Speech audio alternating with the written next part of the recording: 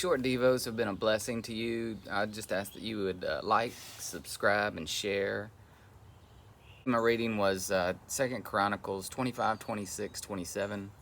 And we see, I just want to clarify some stuff. Again, you got the northern kingdom and the southern kingdom. Those were, one kingdom under David and Solomon, but after that, it was a divided kingdom. And it says in several times, he ruled in Jerusalem. That means that he was a king of Judah.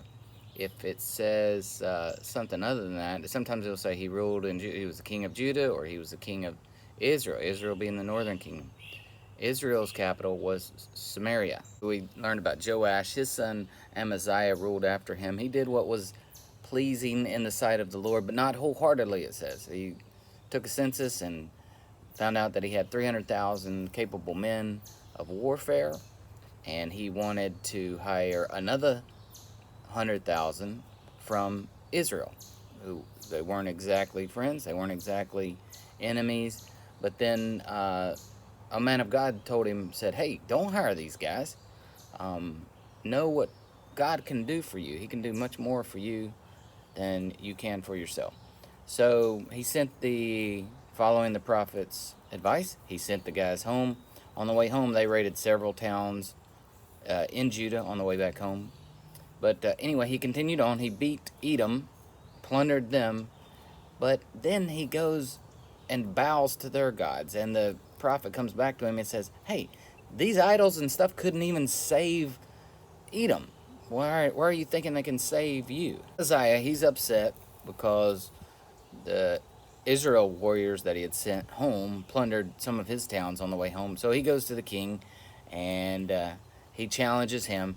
And the king of Israel says something to the effect of, hey, a thistle comes from and challenges a cedar in Lebanon for their daughter's hand, but a wild animal comes and crushes the thistle.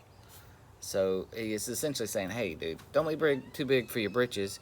You beat Edom, great for you, but don't fool with me. Uzziah won't let up, so he challenges him. They go to war, and Israel defeats him.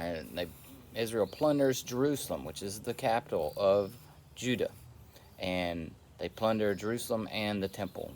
His son takes over after this, Uzziah. We hear a lot about him when we'll get to Isaiah, but for now, Chronicles is just like a chronicling of, it's just the facts, ma'am. Just keep it to the facts. It's more of a civic logbook rather than a historical biblical account from a prophet or from a person. It does what is pleasing to God as well. So he's a good king. Again, backing up, Israel has all bad kings. After the divided kingdom, Israel has all bad kings, so they don't last very long. David and Solomon, 1000 BC. Israel is taken over by the Assyrians in 722. And because Judah has some good kings and some bad kings, they last a little bit longer, 587, 586 BC, when the Babylonians take them. Uzziah is a good king. It says in verse 5, as long as he sought guidance from God, God gave him success. What about you?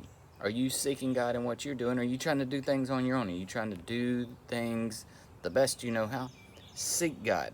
He's not always going to answer everything the way you think it should be answered, but he will give you success. He restores Judah. He does infrastructure changes and improvements. Farming improvements, military and defense types of improvements. We'll hear more about him again. Uzziah was extremely successful in all he did, but he was prideful in what he did. He actually took over some temple duties of a priest, and so we have to give glory to Jesus for all of our successes and go to him and our failures and say, God, correct me, help me. Today, chapter 27, we see Jotham. He does things that are pleasing in the sight of the Lord as well. So he's another king of Judah, and he does things that he continued infrastructure changes. He goes and conquers the Ammonites, and he gains tribute money, rent money from them. Verse 6, it says he became powerful because he was careful to live in obedience to the Lord his God. This was a blessing to you today. Be strong, be safe, be in God's word, like and subscribe. God bless you.